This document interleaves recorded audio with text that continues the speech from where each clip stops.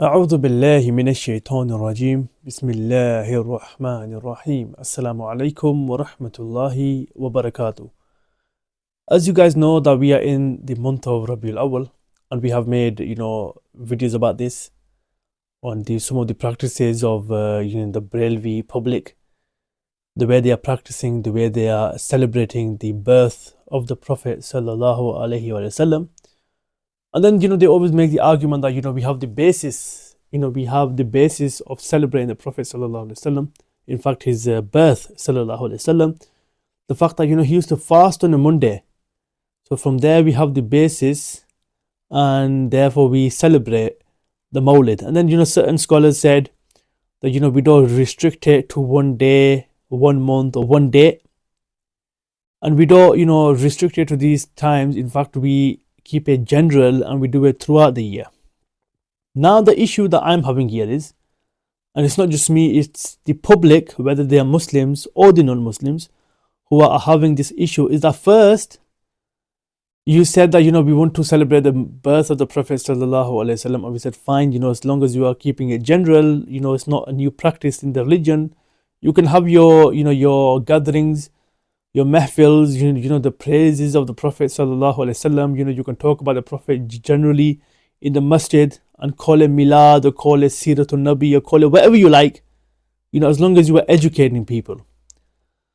But now the question is, in fact the issue is that now you have brought it in the public, and now you are doing, in fact you've been doing this for many years, and you've had your justifications that, oh yeah, we are celebrating the birth of the Prophet sallallahu alaihi wasallam. But now you are coming out in numbers, not in tens or 20s. You are coming in hundreds, you are coming in thousands, especially here in the West, in the UK, where you are, in fact, where they are basically blocking the roads, and you've got thousands of Muslims who are walking down the streets, and they always have the elders in front, the ones who can barely speak English, and they're in the front, and they are walking down the streets with their flags and chanting certain phrases which are in either Urdu or the Arabic language. And anyone who does not know these two languages, he will not understand the word that you are saying. So on number one, first you said that we want to celebrate the Mawlid, and then now you brought in the public, where the public is being affected here. The public is being affected. I mean, think about it. Ambulances, someone who wants to get to the doctors, or let's say the hospital, and because you have blocked off these roads, because you are trying to celebrate the Prophet sallallahu alaihi wasallam's birthday, this person is unable to get past. Think about it this way, because a lot of these guys, when this question is posed, they say that, oh well, we've already sought permission from the government, they've allowed us to do this. Fine, they've allowed you, but does that mean it's okay? There are many things the government allows, allowing of drinking alcohol, but do you agree with it? No, you don't. The government allows riba, interest. Do you agree with it? No, you don't. But because the government has allowed it, because it's a religious festival, so they've allowed it, Islamically speaking, it does not become correct. And I'm going to show you why it doesn't become correct by using the Dawat Islami's official page, where they were asked this specific question about blocking roads, and without thinking that one day someone is going to use this against us, they wrote a whole thing on the website and said, it's wrong. But I'm going to come to that. So you've got a whole bunch of Muslims, again, not in hundreds, in thousands. The full roads are blocked. They've got flags in their hands, and they are chanting marhaba, marhaba, and they are chanting other things as well in the Arabic or the Urdu language, zor se bolo, zara ucha bolo, and things like this in the Urdu language, telling people to say it even louder, welcoming the Prophet sallallahu alaihi wasallam into this world. Now this is what's happening, and think about it, that we are living in the West, and how this might be affecting the other public.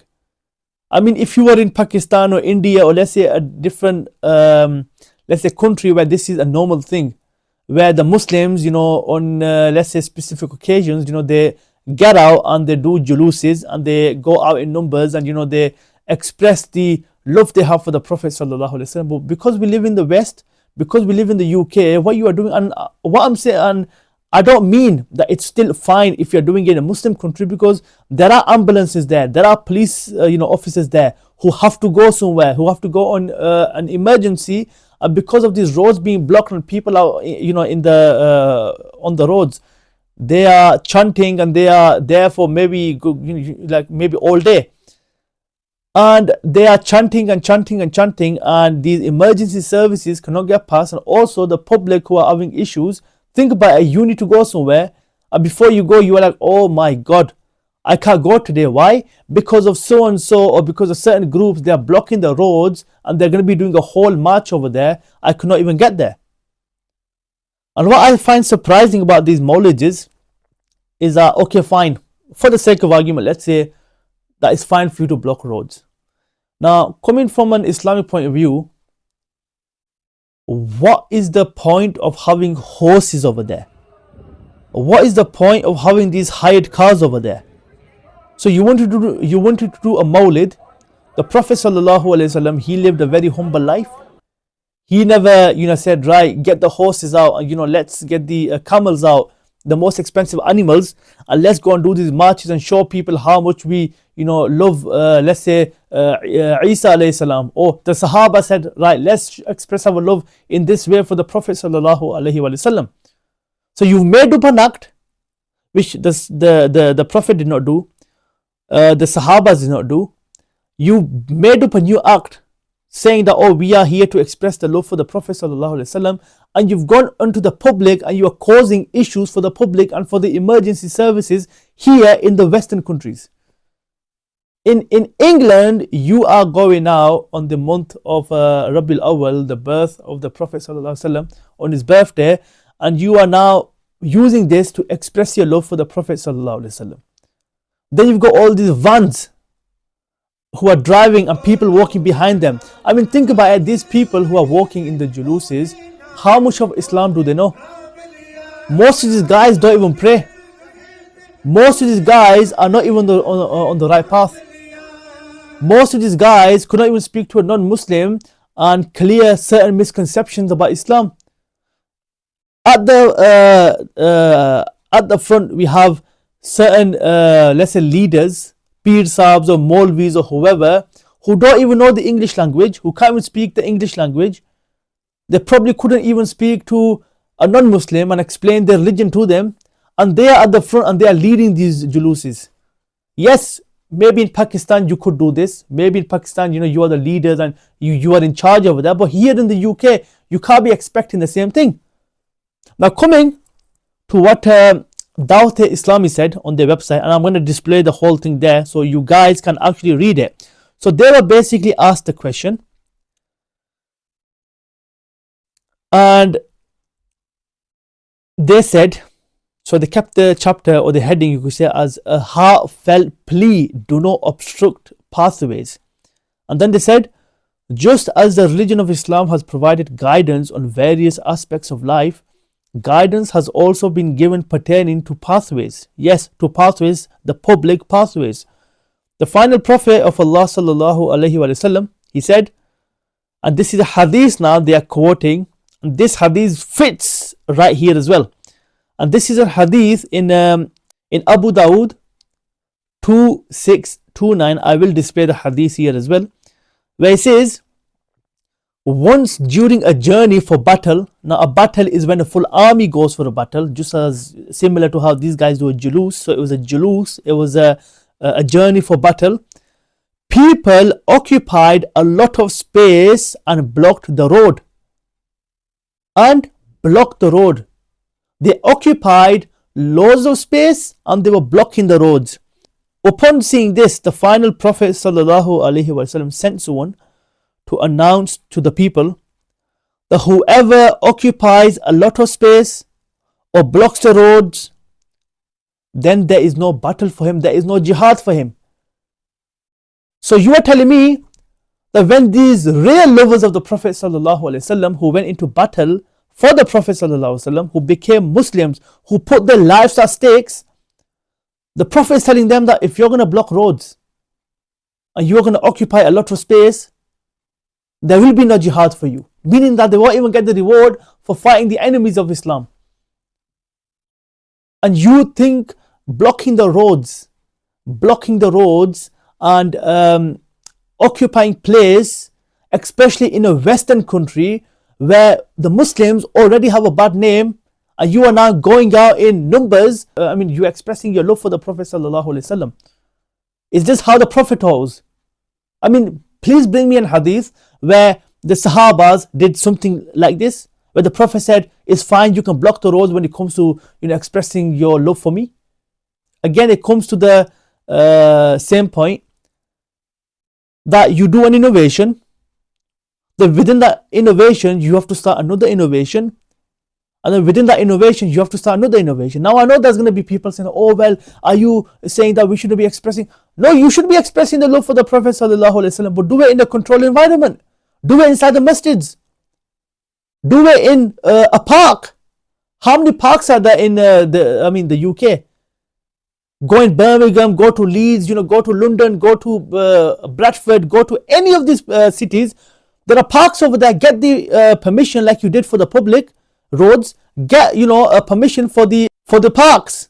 Go to the parks where it's really controlled, where public is not restricted.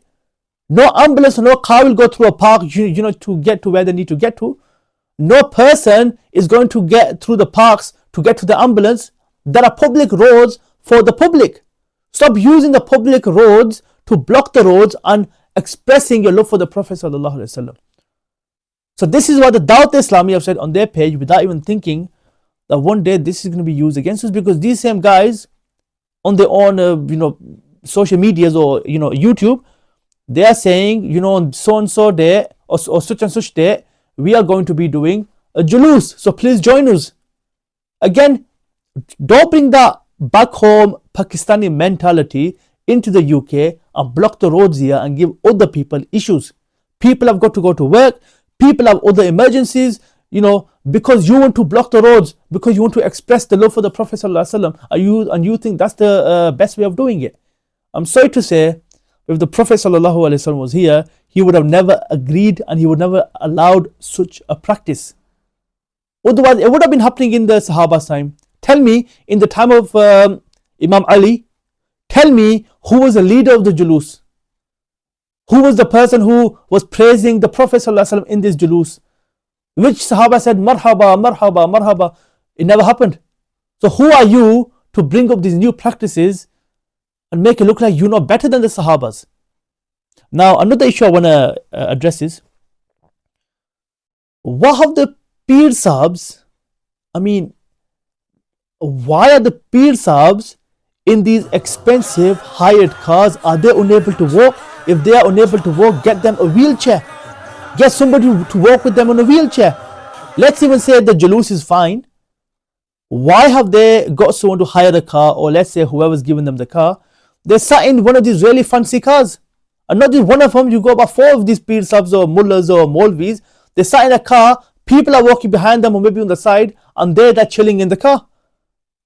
Which type of Juloos is this now? Was this the birthday of the Peer Sahibs, or the birthday of the Prophet ﷺ that you are expressing your love for, or you are celebrating over here? You've got another video where they basically, what do you call it? The carriage, basically. They've got a horse over there and they've got carriage at the back and they sat over there. What's that got to do with the birth of the Prophet ﷺ? The public is walking, God knows how many miles they'll be walking, and you've got the Peer Sahibs, sat in their cars, all happy, and they've got, sat, behind the horses, and they're basically chilling. What kind of love is that for the Prophet sallallahu alaihi wasallam? And then you've got people coming there, kissing their hands, and they've got the VIP treatment in the Juloos. What's so special about them when it comes to the Prophet? Did the Prophet say, these are the Peer Sahibs, you guys should, respect them? Make sure when they are walking, they are very sensitive people, that let them not walk, and give them a car or give them a horse to sit on. Why are these Peer Sahibs getting these special VIP treatments? Who are they? In comparison to the Prophet sallallahu alaihi wasallam, who are they? Why are they getting so much importance? Why does a car need to be hired? Why does a horse need to be hired? So, like I said, it's not really for the Prophet sallallahu alaihi wasallam. It's more for these Peer Sahibs. These Peer Sahibs need to be, basically given the respects. That's the reason, the cars are hired and only these 3 or 4 Peer Sahibs are allowed to sit in the car. Where's the humbleness gone? Why couldn't they walk? Why do they need a car to sit in and do a Juloos? It's like saying, it's like an individual who runs to the gym to run on the treadmill. That's it. Why do you need a Peer Sahib in a car, in a fancy car, expensive car, in a Juloos? A Juloos was meant to be for either walking, wasn't it? It was meant to be walking. This is what you guys normally do. You walk in a Juloos. You don't sit in a car and drive in a Juloos. I mean, another video I've seen. I mean, no adab, no respect for Allah and His Messenger. They've got a big van and they've got the Kaaba on it. They've got the Kaaba on top of the van. What are you trying to prove over there? You've got these Kaaba models and you've got these models. What are you trying to prove? What kind of love is that? I mean, what kind of love is that you're expressing? It does not make sense. Like I said, to justify one innovation, you've got to start another innovation, you've got to start another innovation, basically. So first innovation, second innovation, third innovation. I mean, they couldn't hold it into the masjids, and now they're coming to the public and, obstructing, blocking roads. And I mean, if it was really about that, I mean, there could be other ways. Like I mentioned, parks. If you really wanted to get into the public, how about you don't block the roads? You keep it in such a way where you are delivering and educating the, let's say, the non-Muslims. You are telling them about the Prophet sallallahu alaihi wasallam. You are having discussions, but discussions are hard, right? Discussions are hard. Obviously, when the non-Muslim says, where did you get that from? Show me Quran. Now, who's going to show them the reference? When it comes to hadith, if let's say in that Mawlid, a non-Muslim comes and says, your Prophet, he did X, Y, and Z. Now, he's got a misconception. How on earth are you going to clear that misconception? It's a bit obvious. You've got to recite to him or quote to him the Quran and the hadith. But you can't do that. Why? Because, we don't like to give references. We don't like to, talk about things that are hard for us. Blocking the roads and walking on the roads and claiming we love the Prophet sallallahu alaihi wasallam, it's easy to do that. Then I've seen another video of our Naad Khan Owais Raza Qadari. Okay, fine, he read a Naad, but why is he given a crown? I mean, they put that on him, and I mean, the guy looks like a princess. I'm sorry to say, but he looks like a princess. Why are they getting such VIP treatments for? Why are they getting such VIP treatments? And carrying on with what Dawat Islami was saying, so they quote the hadith, which I've got from the website, and they said, in relation to the words occupied a lot of, so the hadith mentioned that occupied a lot of space. So they said, in relation to the words occupied a lot of space and blocked the roads, found in the hadith, Mufti Ahmad Yar Khan Naimi writes, people place their luggage on the road, resulting in the road becoming blocked and those passing by facing difficulty, and some people had taken more space than required, causing a lack of space for others. Even nowadays, people tend to place shop goods on the footpath or in front of the shop, and therefore obstruct the pathway of those going by. In some countries, people sometimes construct a terrace or a seedbed in front of their house, which constricts the road. Likewise, in some places, a pit is dug in the street for cooking food, and various functions are held, all which lead to public footpaths being closed. People are seen to cause problems for drivers by parking incorrectly on the streets and roads without any regards for road regulations. Now, this is the next point that I was making. They said, a while ago, I left my house in an emergency to take a family member to the hospital. Afflicted with pain, he was mourning in agony and his condition was worrying. I drove the car myself. That day I realized that many people were not mindful whilst driving and that they were negligent of the laws concerning road traffic. Some people had parked the cars in the road and as if it was a car park. In one place, a motorcyclist stopped in the middle of the road to have a conversation with someone else. In some areas, rickshaw drivers had parked obstructively. And then he said, I experienced this incident which although it was not a major emergency, it was an emergency nonetheless. It is possible that people experience such things on a daily basis, but who can they complain to? So I mean, if you read the whole thing, it's quite clear what I was saying, and this isn't just me saying, this is many Muslims and non-Muslims saying this as well. We're living in a Western country. We're living with the non-Muslims. You don't see the non-Muslims, doing this or whatever. Even in Christmas, even the Christians who celebrate Christmas, they don't come out in the open. They'll go to, let's say, the city center. They'll have the tables there, and they will be giving their dawah. Where's our Barelvi Muslims doing dawah? Well, there are none, because most of them don't know what they're talking about. Most of them don't want to study the Islam. Most of them don't even pray the Salah.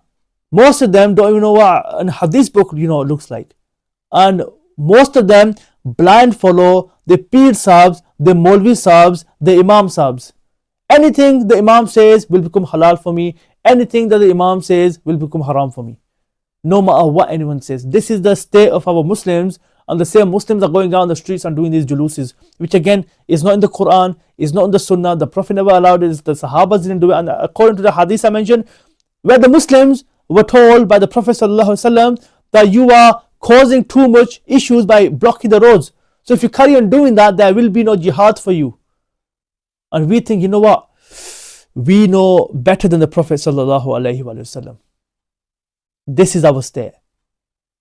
So I hope that was a clear message. I hope you've benefited from that. And I hope Dawat Islami, they should also take their own advice and stop doing these specific practices. And I make dua to Allah that may Allah keep us firm on the Quran and the Sunnah. May Allah keep us firm in following the footsteps of the Prophet ﷺ, understood by these Sahabas. And that's my message for you. Jazakumullah khair. Assalamu alaikum wa rahmatullahi wa barakatuh.